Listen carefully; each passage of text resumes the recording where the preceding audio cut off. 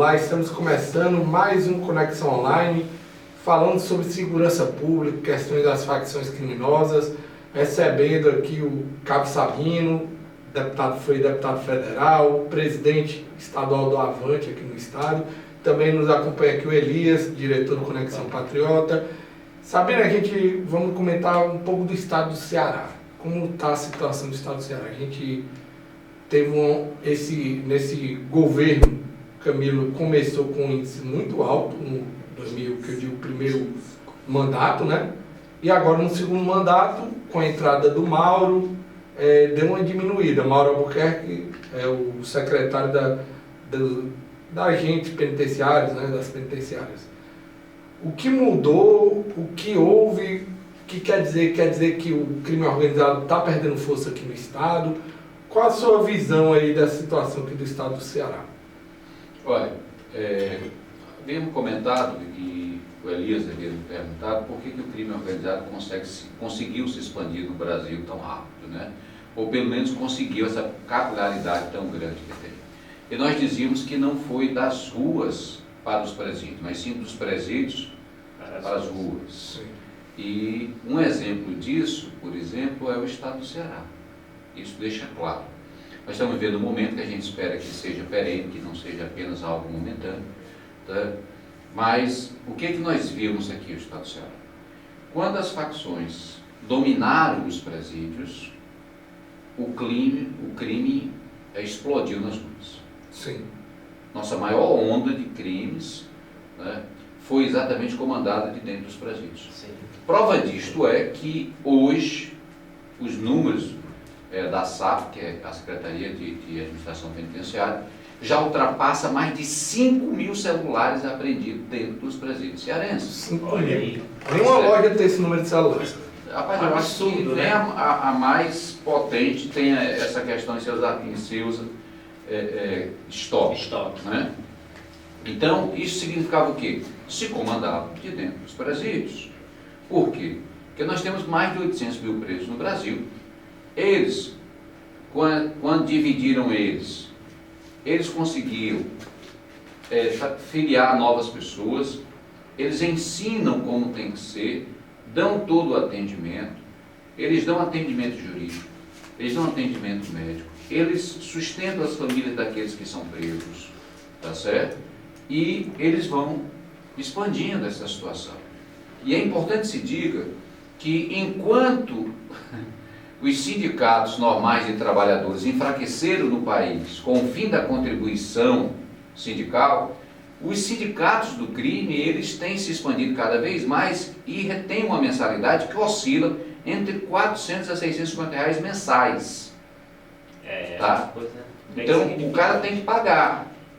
Por quê? Porque ele paga e isso agora se torna totalmente protegido. Né? Então, de dentro dos presídios, eles conseguiram, era como pescar dentro do aquário. Eles já pegavam uma mão de obra qualificada, de uma certa maneira, né? Porque os caras já vinham do crime. Eles introduziram a filosofia Da facção, né? da facção que eles queriam, e aí proliferaram dessa maneira, de uma maneira tão grande. E os governos o que faziam ao longo de anos? Escondiam. Negavam Isso existência. mostra realmente uma ineficiência do Estado, né? Do governo. Tem. Porque é uma realidade, o preso ele está sob a custódia do Estado. Então, A grande pergunta que nós fazemos é o seguinte: qual é verdadeiramente a prioridade de quem governou nos últimos 20 anos sobre segurança pública no país? Se nós analisarmos os números, nós vamos ver que não houve Não houve prioridade. pública. nem Não houve, tá certo? Recentemente, na semana passada, e ainda tem mais, nós estamos vivendo ainda um período onde existe um fascismo muito grande ainda de vários políticos que estão no mandato agora. A semana passada, o deputado federal Capitão Wagner relatou uma PEC minha, que como é PEC, mesmo tendo saído do mandato, ela tramita. Ele relatou ela na CCJ, uma PEC de 3 anos atrás. E a PEC, a primeira comissão que ela vai é para a CCJ. Isso. Né? Ele conseguiu lá pautar, foi o relator. O que é que a PEC dizia? A PEC dizia que das emendas individuais de cada deputado, 10% obrigatoriamente ele teria que encaminhar para a segurança pública de seus estados. Sim. Um deputado federal tem hoje 15 milhões de emenda individual por ano. Significava dizer que 1,5 milhão. Ele não ia ter menos, ele continuava tendo seus 15 milhões. Agora, ele não poderia destinar todos os 15 milhões nas outras áreas sem destinar 10% para a segurança pública. Que é justo, porque é uma área que precisa. Bem, só para a saúde existe uma obrigação de ser 50% das emendas, inclusive de bancada, Sim. Sim. certo? A educação, ela tem a sua verba carimbada, certo? A saúde também e a segurança pública nunca teve. Se diz que é o tripé da administração, mas nós nunca pensamos, nunca brigamos por uma verba carimbada, né? Tá certo? Para a segurança pública. Então, você sabe qual foi o resultado da CCJ? Sim. Votaram contra. Olha aí. Votaram contra. Isso A mostra PL. realmente que segurança Então, assim, pública no não é momento que nós estamos prioridade. passando hoje, o cara não ia perder nada, os deputados que lá estavam. Certo? E votaram contra a matéria. Tá certo? Então isso demonstra que, enquanto não se tratar a segurança pública com seriedade, se omitindo e se achando que os valores que dá é suficiente, segurança custa caro. Custa caro. Mas é o que mais traz reflexo no dia a dia do cidadão, né? Porque, Olha, certo? hoje eu pergunto, nós escutamos, sempre se você abre as páginas dos jornais, nos últimos, se você abrir durante o ano, se fizer uma pesquisa na internet de matérias de 2019, do que o governo do estado do Ceará já buscou em termos de investimento para o estado do Ceará, você pega isso e vai buscar o que ele buscou em 2018. Certo? Com o trabalho que nós temos do governo federal hoje, com o Sérgio Moro hoje, à frente do Ministério da Justiça. Quem é o grande empresário que queria investir no Ceará em 2018? Ninguém, né? Ninguém. Não tinha a É. mínima condição. Tá certo? Quem é o grande empresário que quer investir hoje no Iraque? Os números eram pior daqui, viu, Sabino? É, né? com Os certeza. números daqui eram pior que Iraque. Mas numa guerra mesmo ali o cara vai, tá certo? Vai não. É? O cara não quer investir. Então segurança pública, ela é fundamental também para que se traga investimento de capital. Inclusive para os outros setores, né? Como a educação e a própria saúde, né? Se a violência desestimula o investimento. Eles são, quando se fala que é o tripé, é porque realmente são comutativos entre si. Sim. Não é? Tá certo? Tem que ter os três de níveis, na minha concepção, de níveis iguais. Porque se eu tenho saúde, mas eu não tenho educação e não segurança pública, eu não vou ter como chegar na saúde porque eu vou morrer no meio do caminho. É. Né? Se eu só tenho segurança pública e não tenho saúde e nem educação, eu vou ter um povo cada vez mais pobre e mais tendencioso a ir para o crime. Exatamente. Né? Se eu só tenho educação e não tenho saúde, eu vou ser inteligente, mas vou ser uma pessoa doente sem segurança. Então, eu preciso ter as três coisas. Né? E ao longo dos anos, nós sempre fomos capenga. Certo? Desse tripé, ele só teve duas pernas, e essas duas pernas, mesmo assim, ainda eram fracas, e a outra não existiu de forma nenhuma. Mas o crime organizado ele se fortaleceu nisso. Se fortaleceu tanto que criou seu próprio tribunal. Naquilo que o Estado mais foi relapso, nesses 20 anos, se nós botarmos aí os 40 anos do Comando Vermelho e os 25 do PCC, aonde o Estado foi mais falho, foi aonde eles mais fortaleceram. A ausência do Estado Exatamente. fortaleceu o crime Fortalece organizado. o poder paralelo, o crime organizado. Olha, se você observar, no dia 6, se não me falha a memória, foi no dia 6 ou foi no dia 9 de setembro, eu não me recordo bem o dia, mas no início de setembro, o ministro Marco Aurélio Mello deu um habeas corpus liminar a um dos membros do segundo escalão do PCC. E na sentença ele alega que o preso foi preso em 2016 e não existia ainda a formação de culpa total contra o preso.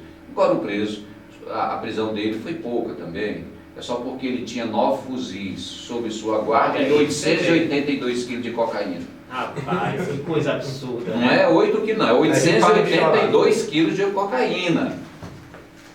Tá? Mas depois de 3 anos, coloca preso porque o cara não foi julgado. Certo? Depois de 3 anos, coloca na rua. E aí o seguinte, o sindicato do crime é diferente.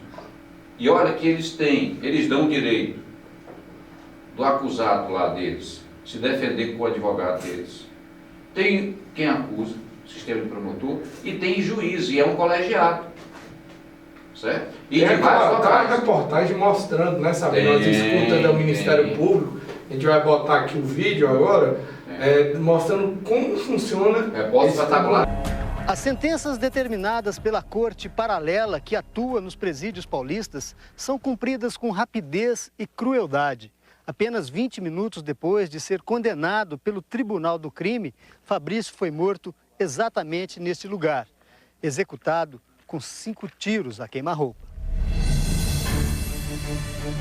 E mostra que teve um caso em São Paulo, se não me falha a memória, quando a polícia estava investigando para buscar a autoria do crime, o PCC já tinha identificado, julgado e executado.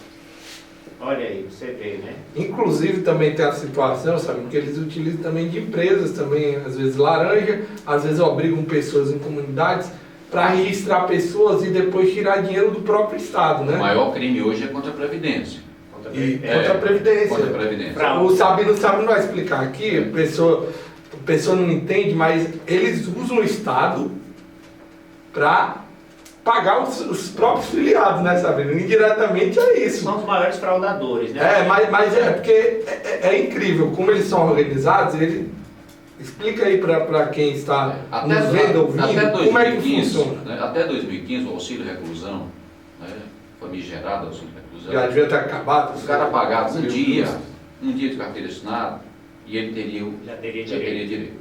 Com a reforma que houve, que ninguém fala da reforma que a Dilma fez na Previdência, é incrível. O povo tem uma mente muito esquecida. Mas houve essa reforma, inclusive foi nessa reforma que se prejudicou muitas viúvas, mas ninguém fala. Ninguém fala. Né? Mas houve essa reforma. E aí se mudou para que, para receber o auxílio reclusão, tivesse 18 meses de contribuição. O que as facções fazem hoje? Como eu disse, quando um dos membros faccionados é preso, elas tomam conta da família daquele faccionado. Né? Mas isso tem um preço. Ele paga a mensalidade e tudo, mas ao longo do tempo, dependendo do quantitativo de meses que ele fica, a sua mensalidade não é suficiente. Né? Então o que eles fazem? Isso acontece no Rio, isso acontece em São Paulo e em vários estados. Aqui no Ceará Né? também. Até. Vários locais, eles levam boleto para que determinado comerciante pague, certo? O boleto. Outros ele faz com que ele contrate, assine a carteira de X faccionado, certo? Se um cara não ir nem lá, mas ele assina e paga. E outras vezes eles abrem empresas de fachadas, certo? Contratam ficticiamente os seus filiados e pagam o INSS a mensalidade. Depois de 18 meses, quando ele sendo preso, a família recebe o auxílio reclusão. Já tem o benefício. Né? E eles pagam em cima de um salário mínimo que hoje é 998, o auxílio reclusão é 1.298. O que é um absurdo, né? Né? E se o cara for preso, né, matando ou traficando, enfim, mas se ele pegar 20 anos de prisão, e aí ele vai para o semiaberto, depois a família continua recebendo. Aí 3, 4 anos ele vai para o semiaberto, a família continua recebendo, ele continua recebendo. Ele só deixa de receber o auxílio reclusão quando ele for para o aberto. 100% liberdade. 100% liberdade. Ou se ele arranjar um emprego. Me diz como é que ele vai arranjar um emprego para ganhar 998 se ele está recebendo 1.289 com auxílio reclusão. É um desestímulo. Inclusive, no Ele vai trabalhar para ganhar menos. É um desestímulo. Com certeza. Quer dizer, não tem condição, né? O Estado, de certa forma, ele colabora para que o crime compensa, né? Nesse caso. Não, inclusive, sabe, você chegou a propor essa situação em emenda, tudo, para acabar com o auxílio reclusão. Como o parlamento recebeu isso na época, sabe? Nem agora também. Tá louco, o mundo quase se acabava, tá certo? Quando nós falamos sobre isso, não aceitar de nenhuma forma, né, dizer que não é isso, que era para as famílias mais simples. Rapaz, se alguém tiver de receber, se tiver que pagar, a família que morre. Certo? E ficou sem ninguém, e ainda teve a perda doente, e muitas das vezes do pilar do lar, né? Daquele que levava o sustento verdadeiramente. Porque, olha, com o crime, além da despesa do auxílio reclusão, você tem a despesa da manutenção do preso, né? Que eu apresentei 2 projetos nesse sentido. O primeiro, que o preso pagasse a sua manutenção dentro do presídio. Nada mais justo, certo? né? Se ele não tivesse o dinheiro para pagar, ele trabalharia para pagar. Né? E o segundo, que ele pagasse também todas as despesas com sua prisão. Porque quantas das vezes reage, atira em viatura, né? Muitas das vezes Batida que acontece. acidentes que aconteceram com pessoas, e quem fica com prejuízo? O cara sabe que está cometendo um crime, que deveria parar, que deveria obedecer a ordem policial, ele assume o risco. Total. Então, todo o prejuízo que ele causa, quem é que vai arcar com ele? O cidadão que tiver, por exemplo, o seu veículo abalroado, né? Trabalhador. Pronto, nós tivemos agora, semana passada, aqui mesmo no estado do Ceará, não sei se vocês viram, o bandido fugiu e matou uma pessoa. Matou um professor. Um professor. Um professor. Tá certo? Olha aí. Além da morte, essa família, agora a família perdeu o professor, o pai, o amigo, os pais do filho, tá certo? É a despesa, mas o cara vai receber auxílio reclusão. Certo? Se ele, É uma inversão de valores. se ele tiver Total, carteira total. assinada, se ele estiver trabalhando com carteira assinada, se ele for um faccionado que pagava para ele, certo? Ele vai receber o auxílio reclusão. E o prejuízo da vida e do bem material, quem vai arcar? Do indivíduo, do bem, do Não trabalhador. vai. Então, assim, esses caras, além de não receber, era para trabalhar para pagar. O Estado, se tivesse de pagar a indenização, que é uma indenização auxílio reclusão, é para a família que morreu, e ele teria que pagar o prejuízo material que ele causou. Do dano Não causado. só ao Estado, mas também a pessoa, Sim. né, a terceiro. A pessoa pode ser ferida numa ação dessa e vai Aí, pagar aquele a grande pagar o hospital. pergunta, certo? Quando você vai por meio de comunicação, para qualquer pessoa, diz assim, mas eles vão pagar como? Do mesmo jeito que roubam. Sim.